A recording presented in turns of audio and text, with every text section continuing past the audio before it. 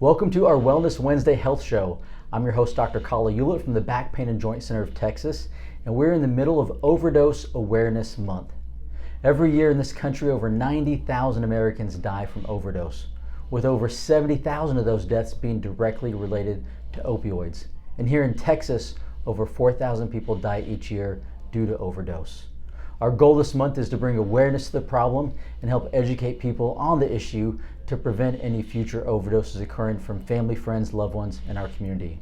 And today I have a special guest who's been a longtime patient, a longtime friend, Skip Ochoa. Skip, thanks for being here with us today. Absolutely, my pleasure. Now, Skip, overdose has a very, very special place in your heart because it hits very close to home for you, doesn't it? It does, very much. Now, it's been a couple years since your mother passed away, is that right? Yes. And what happened with your mom?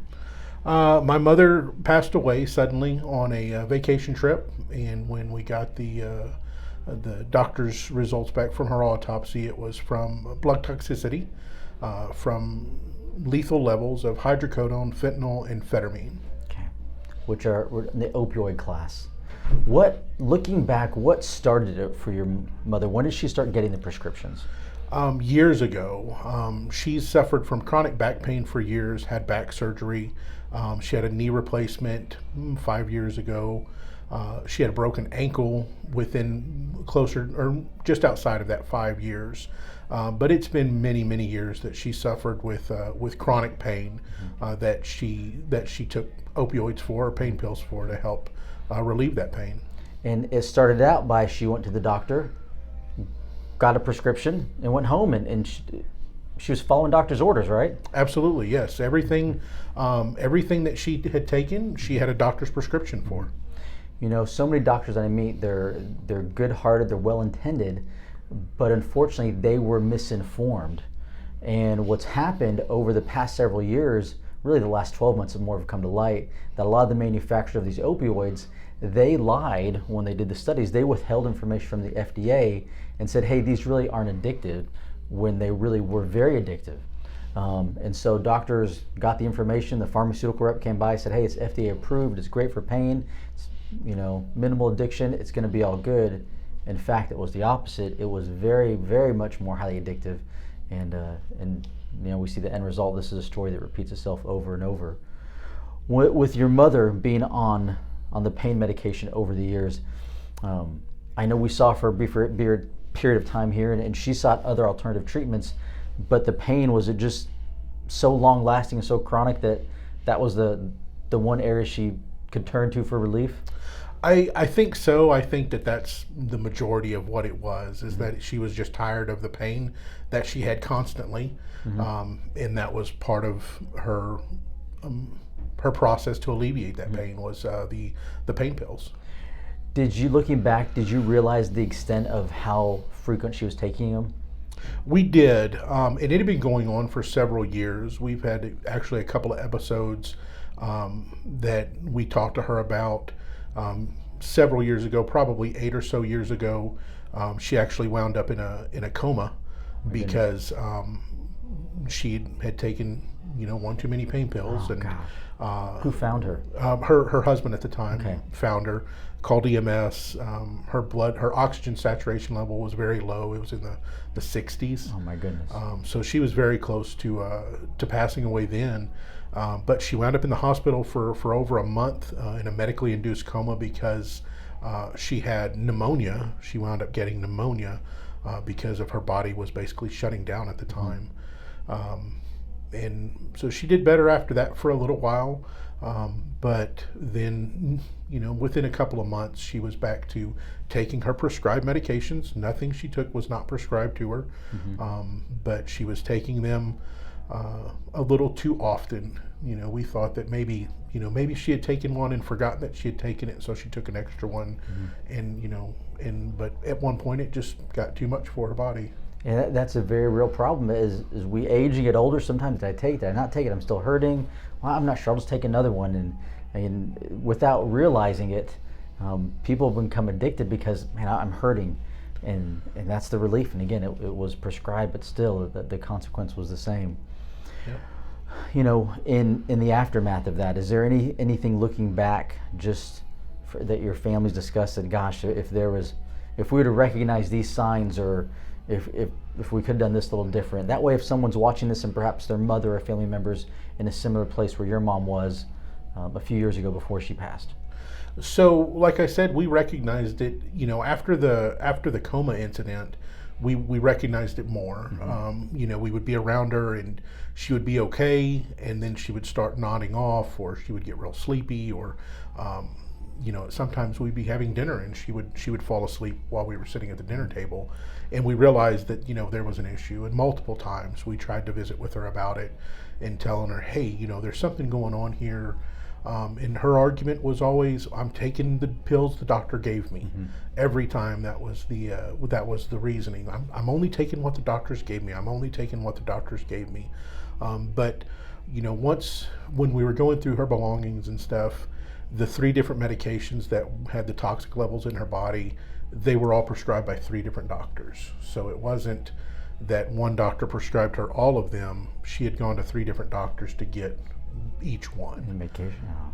So, and sometimes they know, sometimes they don't know the different doctors. And so she was, without, again, intending, no one wakes up and says, I want to be addicted to drugs. Right. That I want to leave my family, my grandchildren early, but it happens. And so here she was, without intending, she had sought out medications and received them from 3 different doctors and was just following doctors' orders. But again, the addiction was real. It really was. And talking to the people that she was with on the vacation, she passed away on a cruise, which, what a way to go. If you're gonna go, that's the way to do it. But they even said when they were boarding that she was very concerned about her pain medication. Just, I don't want to she didn't want to let her luggage out of sight because it had her pain meds in it. And so she was worried someone was going to take her pain meds. And so that's how bad it had gotten, that she had become a little paranoid, that she couldn't even let them out of her sight for fear that she wouldn't be able to get them later. How has that experience just changed the way perhaps that you and your wife and your family look at pain and pain medication, just for yourself? So it was a real eye-opener for my children, because we talked about it. It wasn't something that we didn't speak about. Like I said, we visited with my mother about it several times. But we talked with them about the dangers of overuse, because unfortunately she's not the only one in our family that has an issue with overuse. But it was an unfortunate example to have, to be able to say, this is what happens when you don't do something correctly, when something, and that's something we told our kids, these are completely legal. These are drugs that she's allowed to have from a doctor, but the way she's using them is incorrect and ultimately cost the ultimate price. Yeah. And that's why one thing that we're just really passionate about, well, for my career, is help people without medication, but this month is just bringing an awareness, because so many people like your mother don't know there's other options, where they just they know a little bit and maybe dip their toe in there. But if you don't know what you don't know, you go to your doctor and you trust them and you love them and they do the best they can, but they prescribe the medication because that's what they've been trained to do. And if you don't know there's other alternative therapies that can help, then you never even pursue those. And I think one of the other issues is the instantaneous gratification part of it. Is that with a pain pill, within 30 minutes you're starting to feel a relief, or the floaty feeling that gets you away makes you forget about whatever pain you had, which some other the alternative therapies or methods don't work immediately. It may take a week, it may take 2 weeks, a month before you get to where you're feeling relief from that pain. And people don't want to wait that long, and that was one of my mother's things, is she wanted it right now. she's not alone. The pain management docs we work with, and we have some good ones that we know. And even, gosh, I used the example of a few years back. I had a bad toothache. It felt like someone punched me in the jaw the day after Thanksgiving, and it hurt. I can't remember pain I felt that bad as an adult. I sucked it up through the weekend. Monday I got to work and was seeing patients, and that morning I texted my dentist, and he said, "Why did you not call me over Thanksgiving?" I said, "Because it was Thanksgiving, I didn't want to bother you." Anyways, long story short, he got me a prescription, and by the time I got back to the office, I was like, "It's a miracle. Yeah. I'm fixed." And he said, "You got a week." He's like, I'm going to give you medication that's going to last a week. It's not going to last any longer. That gives you time for us to find out what's going on and fix it. And we end up having to do a crown and some other dental work in there. But I appreciated that where he said, you got a week. And so some of the pain management docs that we work with, if someone's watching this and you fall in that category, it's maybe get a medication for a short period of time, whether it be 1 or 2 weeks. You can talk to your medical doctor about it. But then at the same time, just like my dentist said, hey, we're going to fix this tooth because when the medication wears off, I'm not going to give you another script because the problem's not fixed. Medication can give you that relief if you need to get through the night to sleep, get to work, but then also find another type of doctor who specializes in non-pharmaceutical interventions, non-surgical, more alternative therapies that can actually fix the problem. It's funny we call them alternative therapies when, I mean, it's just fixing the problem. Like if someone has a pinched nerve, if we unpinch it through the therapies we do, it's considered alternative. Right, but it still got the job done. It's still got the job. So that's just the term we use. But anyways, that's, I think, a very important point you bring up, Skip, is medication has its place. Absolutely. Short-term prescription if it's needed, again, short-term, but then find a doctor who can actually fix the problem. That when the medication wears off, problem's fixed. You don't need it anymore. No. Skip, any other thoughts or last words of wisdom you'd like to share with anybody watching this who may be in a similar place that you're at? Just keep an eye on your family. It can happen to anyone, any age. You know, I work in law enforcement, and so, you know, we deal with youngsters, teenagers, adolescents that have found mom and dad's pain pills or grandma's pain pills, and they develop an addiction to them, and so then they start taking them when doing things to be able to get their hands on them. It does happen. You know, keep an eye on your loved ones, your moms, your grandmas, your grandpas. You know, if they start acting a little off, or, you know, they're falling asleep when they shouldn't, and they get defensive of if you grab their purse and they're like, oh, what are you doing with my purse? That's a sign of, you know, they're worried that their pain pills aren't going to be in their control for a few minutes. You know, talk to them about it. Don't, you're going to upset them. I can tell you that. You're going to upset them by talking to them about it because they don't want to think that they have a problem. And they're going to argue with you that, you know, I'm just taking what the doctor gave me, which, yes, you know, like you were talking about, the pain management doctors are great, but people can become addicted and people can start abusing those absolute 100% legal drugs. And they have the same outcome as heroin sometimes, where you die from an overdose. And unfortunately, you know, that's what happened with my mother, is that, you know, my mother was a fantastic woman. She went to church, you know, she had a loving family at home. And it just got to the point where, you know, she just took that one too many pill that her body couldn't wake itself up from. And you know, and that I don't want anyone else to ever have to deal with that. Talk to your family, talk to your friends. And, you're going to upset them and they're going to get mad at you, but in the long run, it'll be better for everyone. Thank you, Skip. Thank you for sharing a very personal experience. You said something that I really want to highlight as well. You said the teenagers use them and they get them from usually their parents. I believe Conroe PD has a location where you can safely get rid of your prescriptions.